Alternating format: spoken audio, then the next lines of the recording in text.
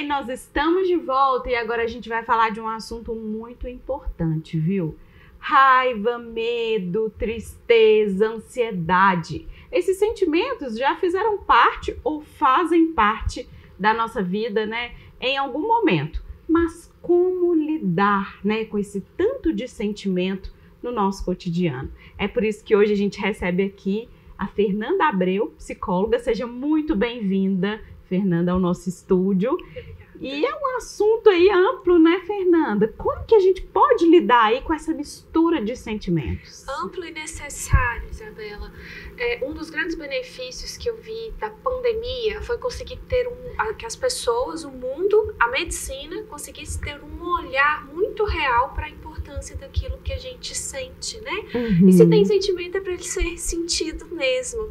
Se isso nasce na gente, a gente nasce com esse potencial cerebral que isso traz para o nosso corpo, eles são importantes também para o nosso desenvolvimento. Tem uma partezinha do nosso cérebro que se chama cérebro reptiliano. O nome já diz que é uma coisa bem rústica, né? E essa partezinha do cérebro, a gente pegar do humano, de uma cobra, de um cachorro, de um peixe, e colocarmos aqui, a gente não define qual que é de qual, de tão rusticazinha. Olha. E é ali que mora como se fosse o nosso inconsciente, é onde brotam as nossas emoções. E nós temos 7 emoções que são primárias. A raiva, o medo, a tristeza, o desprezo, o nojo, o susto e a alegria.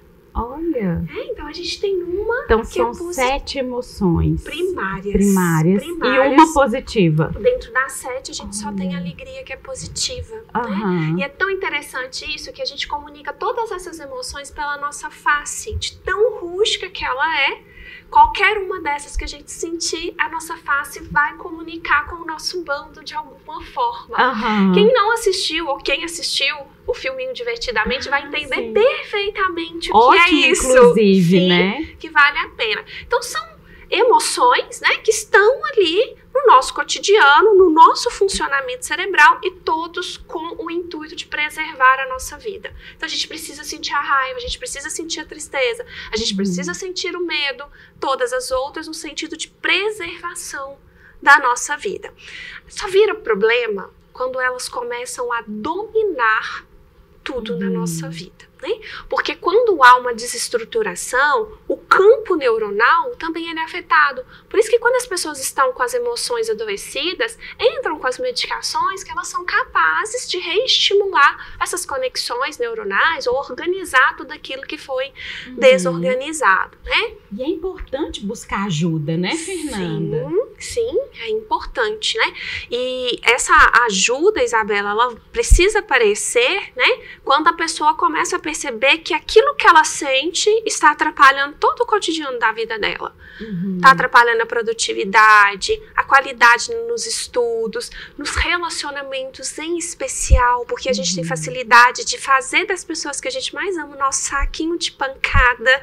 Então a gente despeja aquilo ali no outro. Então quando tudo isso vai virando um grande ponto que paralisa a vida da pessoa, a gente precisa ali realmente buscar a ajuda, que aí vira o tratamento, ó.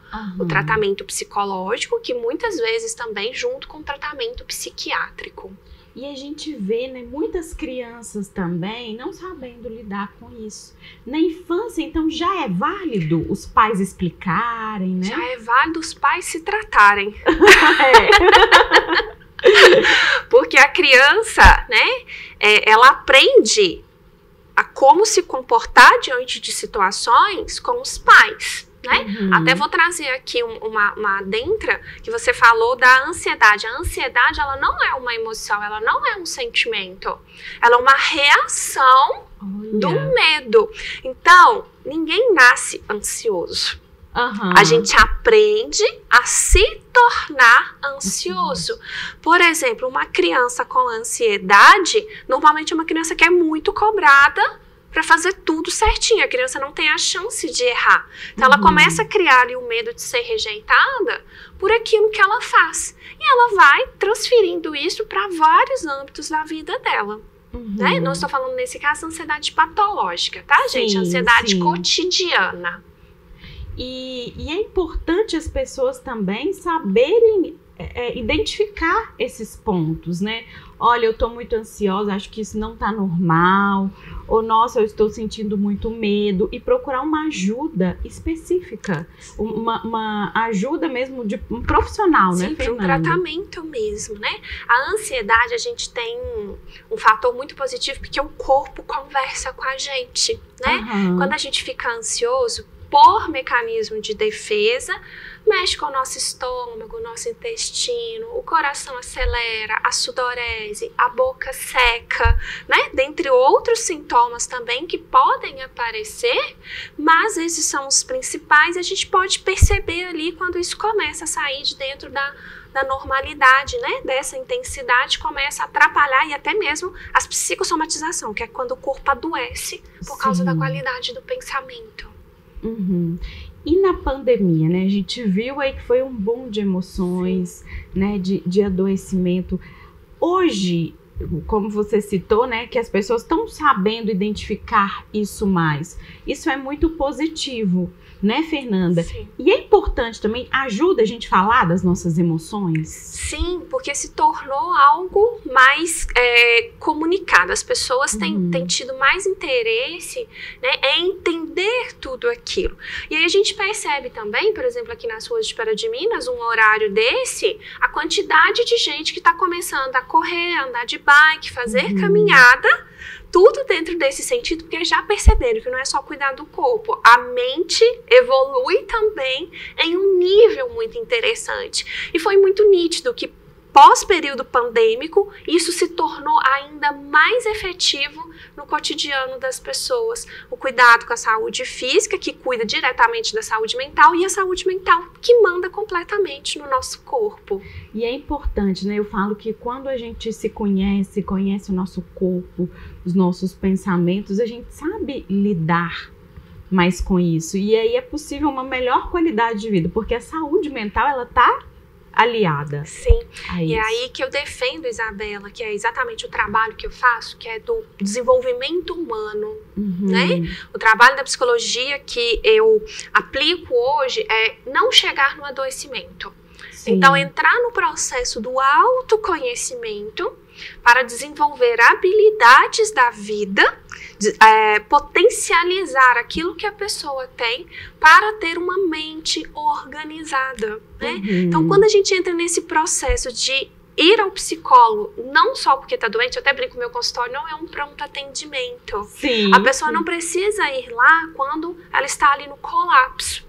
A pessoa pode chegar para ela organizar a vida dela, os sentimentos dela, né? E com isso vai organizando os outros pilares. Eu digo que a nossa vida, ela está sustentada em 4 grandes pilares. Imagina que a nossa vida é uma bandeja. Sim. E tá tudo ali em cima.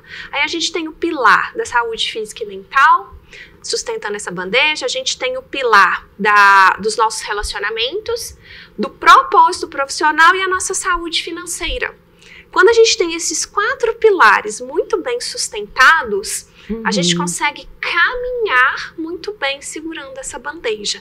Mas se um pilar tombar, ele vai mexer na outra estrutura e tudo que está em cima dessa bandejinha que é a nossa vida, ela cai. E aí a gente começa a encontrar os problemas e os adoecimentos mentais, psíquicos, que nitidamente trazem o adoecimento físico. Eu falo que assim, né, problema todos nós temos e vamos ter, mas a gente saber lidar com isso é muito positivo. Né, a gente saber lidar com as nossas limitações, com as nossas qualidades, e isso com certeza a terapia vai auxiliar. Sim, o autoconhecimento, ele proporciona isso, né, que é o que a neurociência, a psicologia positiva tem pregado muito, que são as 2 ciências mais atualizadas que a gente tem no campo das ciências do comportamento, né, então elas trazem esse aspecto do bem-estar e longevidade. Quando você tem um equilíbrio disso, né, você consegue ali alinhar os outros parâmetros da sua vida. E pra gente encerrar, né, Fernanda, hoje a gente tá aí conectado nas redes sociais e aí vem às vezes, um sentimento de frustração. A gente olha a vida do outro e pensa, meu Deus, perfeita, não tem nenhum problema. Então isso também é necessário ter cuidado, se blindar disso e ver que ali é só um fragmento da vida, né? Sim, a comparação, ela destrói o ego, né? Destruir o ego, a autoestima e a autoconfiança, elas vão zerar. Porque tá dando poder para algo ou para alguém. Sim. E é no campo imaginário. Então, toda vez que a gente dá poder para alguém ou para alguma coisa, a gente entra no medo da rejeição. Medo de rejeição, lembra que eu expliquei da criança que é muito cobrada? Sim. Desencadeia a ansiedade cotidiana, que é quando a gente começa a criar um monte de historinhas pra gente e a gente começa a nos menosprezar em todos os sentidos, mesmo sabendo que a gente é muito bom naquilo, né? Então, esse processo de olhar para dentro, né? Para você conseguir olhar para fora, olhar para o outro e, ao invés de se comparar e se diminuir, começar a admirar e às vezes até usar o outro ali como uma inspiração. Sim, sim, com certeza. Nossa, Fernanda, gente, dá vontade de ficar aqui a gente conversando até sobre esse assunto. Então, passaríamos a noite. É, muito interessante. Fernanda, muito obrigada, viu, mais uma vez, por dividir conosco toda a sua experiência, sua bagagem. É sempre válido, né, a gente aprender ainda mais. Muito obrigada, viu? Por nada, é sempre um prazer espalhar isso que eu acredito, né? Passar isso para que outras pessoas também desfrutem de tudo isso. Com certeza, e é com essa mensagem positiva, né, com o sentimento de alegria que a gente finaliza o Jornal Integração de hoje.